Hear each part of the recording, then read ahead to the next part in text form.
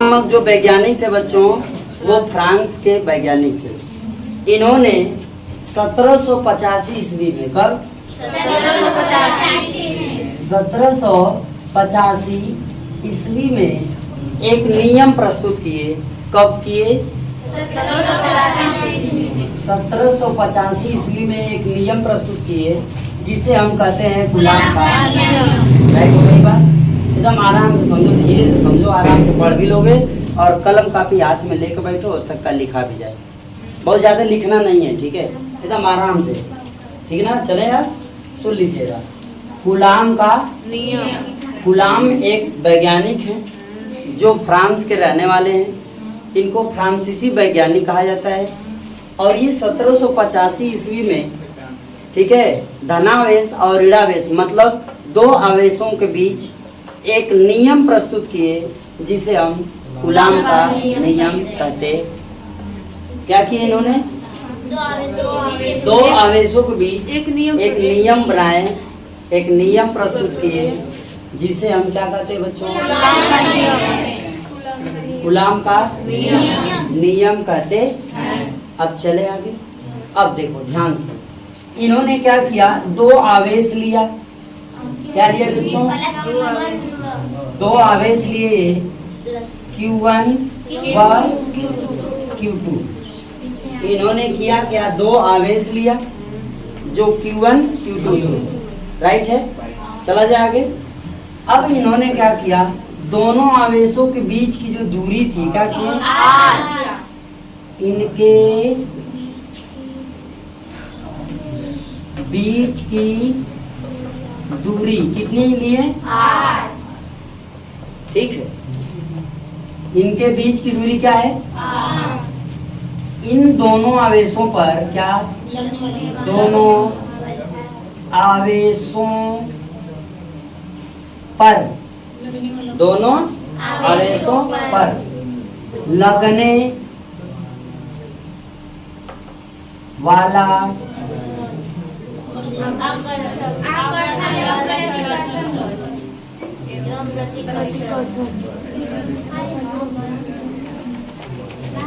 आकर्षण एवं प्रतिकर्षण बल के बीच एक संबंध क्या किए? बनाए या स्थापित किए जिसे हम कूलाम का नियम। इतनी बात समझ में आया? एकदम सावधानी समझो, अभी एकदम क्लियर होगा। आपने क्या लिखा? Q1 Q2 मतलब मान लीजिए ये आपका क्या है बच्चों? Q1 और ये आपका हो गया Q2। इन दोनों आवेशों के बीच की दूरी आपकी R है। इसके बीच की दूरी का है R। आ गया?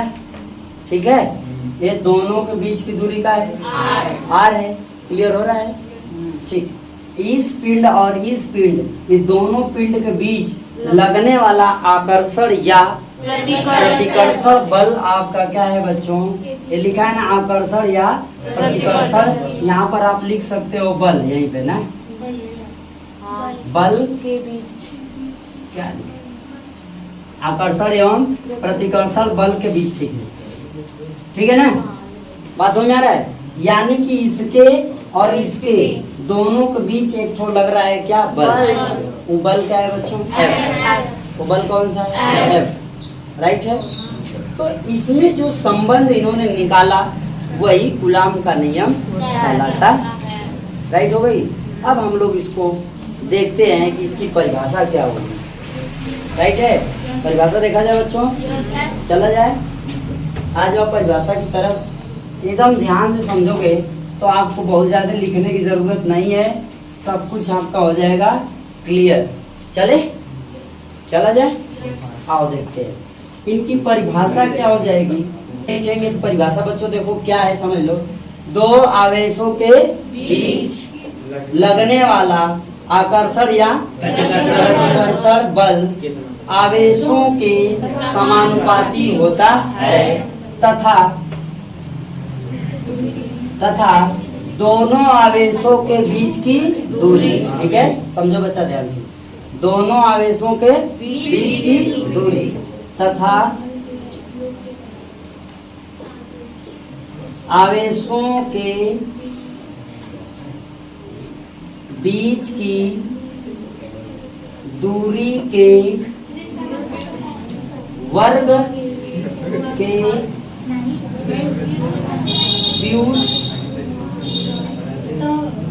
व्युत क्रमानुपाती, बात ध्यान से समझोगे तो क्लियर हो जाएगा।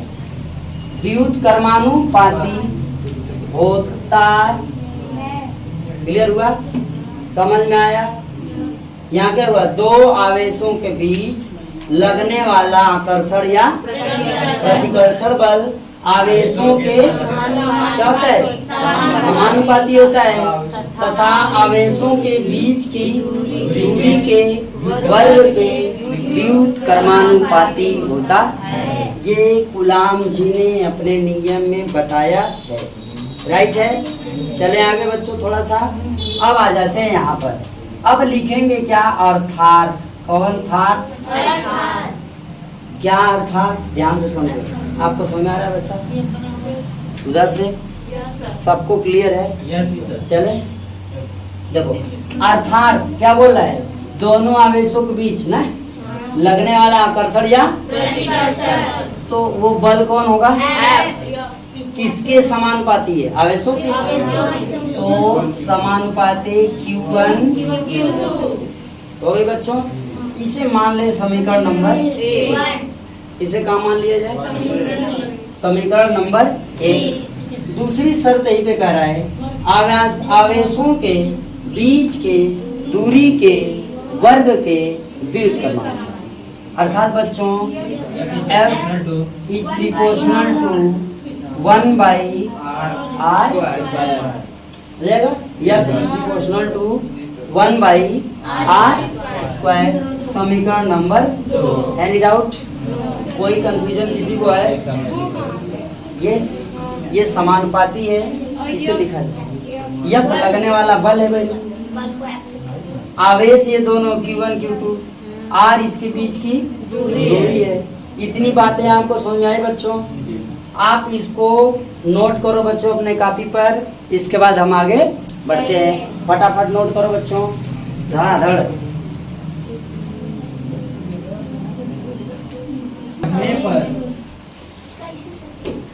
समीकरण 1 व 2 को एक साथ रखने हो गया। अब देखो, जब इसको और इसको एक साथ लिखो, दोनों में F है, F हो गया, समानुपाती है, समानुपाती हो गया। एक फार्मूला ऊपर, एक फार्मूला, यानी Q1/Q1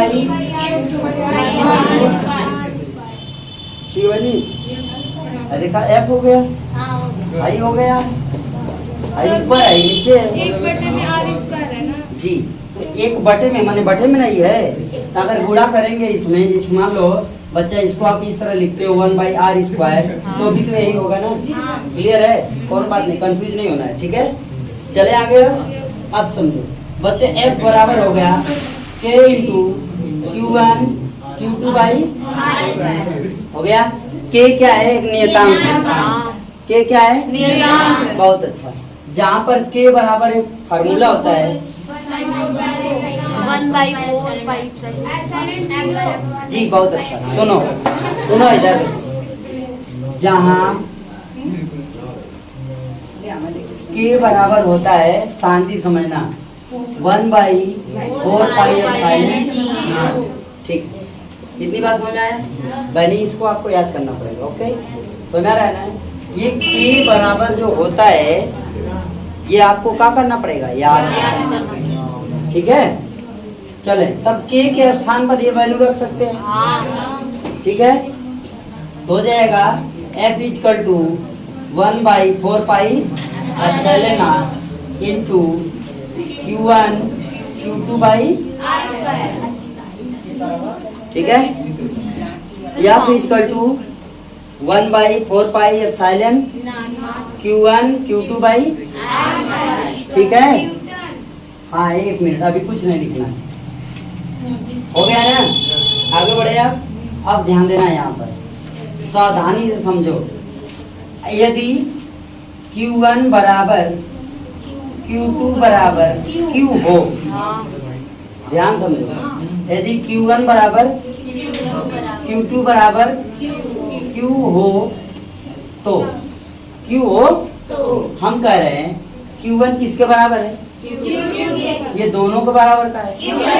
इसका मतलब जहाँ Q1 है वहाँ का रख सकते हैं, जहाँ Q2 वहाँ का रख सकते हैं, Q दोनों जगह Q रख सकते हैं। तो Q में Q का गुणा होगा तो क्या हो जाएगा? हो जाएगा भाई नहीं? देखिए यहाँ Q1 है, Q1 बराबर इन दोनों के बराबर, तो जहाँ Q1 है वहाँ का रख, और जहाँ Q2 वहाँ का।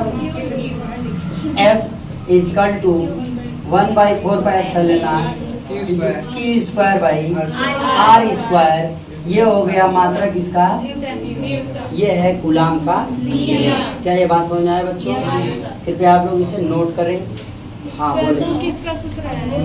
वो जो रखे हैं ये नियतांक होता है, ये बच्चों नियतांक है। क्या है? इसकी वैल्यू होती है 1/4 पाई एप्सिलॉन नॉट की वैल्यू होती है 9.0 × 10 पावर।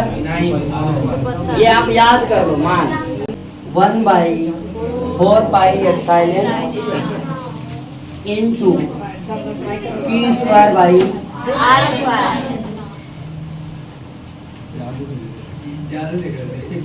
देखो आगे, अब हमें इसका क्या निकालना है? बीमा और इसका मात्रक, यानी एप्सिलॉन नॉट का क्या निकालना है? मात्रक। एप्सिलॉन नॉट का क्या निकालना है? मात्रक। समझ में आ रहा है? ध्यान दो इधर। एप्सिलॉन नॉट का मात्रक निकालने के लिए बच्चों हमें करना क्या पड़ेगा? देखो इसका कोई मात्रक नहीं होता है, इसका कोई मात्रक नहीं होता है। इसका मतलब इसका इसमें गुणा हो जाएगा, यानी R का F में क्या हो जाएगा? गुणा। राइट है? समझ में आ रहा है? और बटे में क्या हो जाएगा? Q square. सही है कि गलत है? सही है। एकदम गलत है। देखो सबसे पहला काम, जब इसका मात्रक निकालना पहले फार्मूला बना लो। चलो इसका इधर गुणा हो जाएगा बच्चों, तो ये हो जाएगा क्या? F into 4 pi epsilon not into R square हो जाएगा, बराबर क्या हो जाएगा? Q square. हो गया? शांति समझो, आ जाएगा। बराबर क्या हो गया? Q square. ठीक है बच्चों, हाँ कि ना?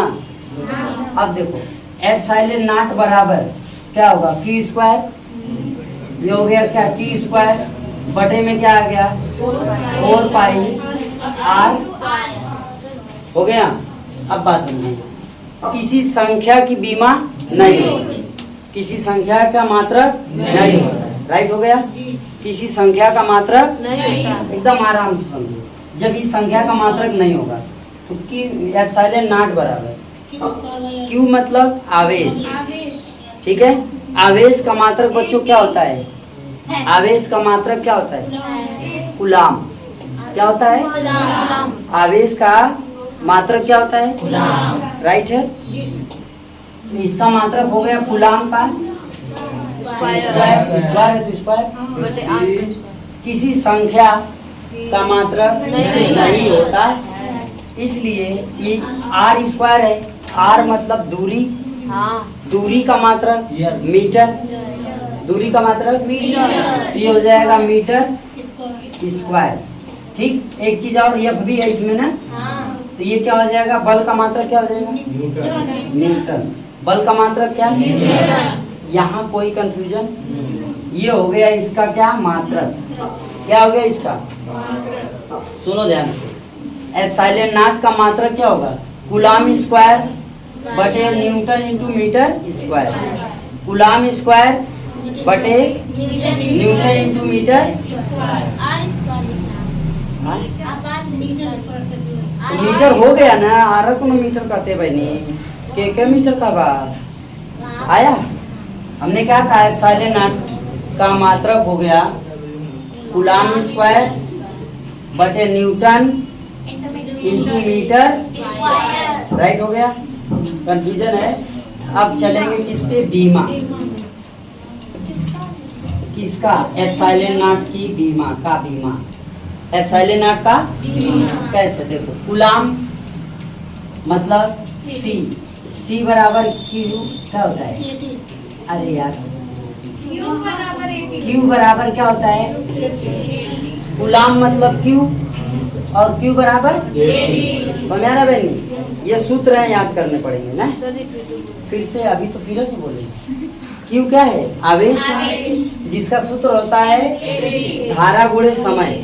ए धारा है और टी समय। ए क्या है, धारा। टी क्या है, कोई कंफ्यूजन है, चले आ जाओ तब। इसके जगह माने कि ये जो सी लिखा है माने क्यू, क्यू का स्क्वायर, क्यू का स्क्वायर है ना यहाँ, हाँ। इसका मतलब हो जाएगा एटी का आ गया। आर क्या है, मीटर, आर क्या है, ठीक है। तो अभी इसकी पहले बीमा ले लो, ए का बीमा ए स्क्वायर, टी की बीमा कैपिटल टी की जो बीमा होती है वो कैपिटल टी लिया जाता है। ये इतनी हो गई किसकी, सी की बीमा, किसकी बीमा हो गई, राइट हो गया बात, इतना बात क्लियर है। आर जो लिखा है इसकी बीमा क्या होती है बच्चों, यहीं पर लिख दिया जाए, यहाँ पर नोट करें। आर स्क्वायर मतलब मीटर स्क्वायर मतलब क्या, चलो मीटर स्क्वायर लिखते हैं, या फिर एम स्क्वायर, ठीक है, मीटर स्क्वायर। आया बात समझ में। अब देखो यहाँ लिखा है न्यूटन, न्यूटन माने बल, और बल का वही होगा न्यूटन ही होगा, क्लियर है, बोलो चले आ जाओ। तो लिखते हैं इसकी बीमा, इसकी बीमा ये हो गई और इसकी बीमा होगी एल का, एल का इसकी आर स्क्वायर। एफ की बीमा आप लोग पहले से जानते हो, कहाँ नोट कर दें, यहीं पर। एफ की बीमा आपको पहले मालूम है, एम एल टी -2 होता है, ये एफ की बीमा होती है। ये बीमा आप लोगों को याद होना चाहिए। अगर आप लोगों को बीमा नहीं आ रहा हो, ठीक है, समझ में आ रहा है बच्चों, तो एक दिन बीमा का क्लास ले लिया जाएगा, एक बार फिर से ले लिया जाएगा, ठीक है। फिलहाल ध्यान दो, अब इन्हीं सब की बीमा इसमें हम क्या करेंगे, रख देंगे। सी की बीमा यह है, रख देंगे ए स्क्वायर टी स्क्वायर, ठीक। अब फिर क्या है बच्चों, इसकी आर की मतलब यहाँ पर एल का स्क्वायर। अब किसका है, एन की मतलब ये पूरा न्यूटन, तो क्या हो जाएगा, into M L T minus, clear हो गया, एनी कंफ्यूजन।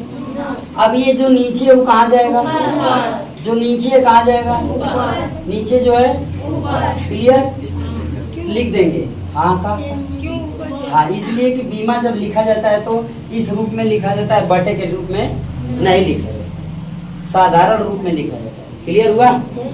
चले अब हो जाएगा, जब कभी भी बीमा लिखते हैं पहले एम को लिखते हैं, फिर एल को लिखते हैं, फिर टी को लिखते हैं, फिर ए को लिखते हैं।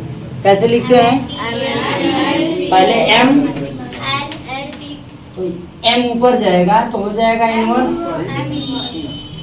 हो जाएगा इधर दो, फिर एल ऊपर जाएगा तो यहाँ एक एल, यहाँ एक एल, यहाँ है, तीन के ऊपर, ये एल के पावर -3 हो गया।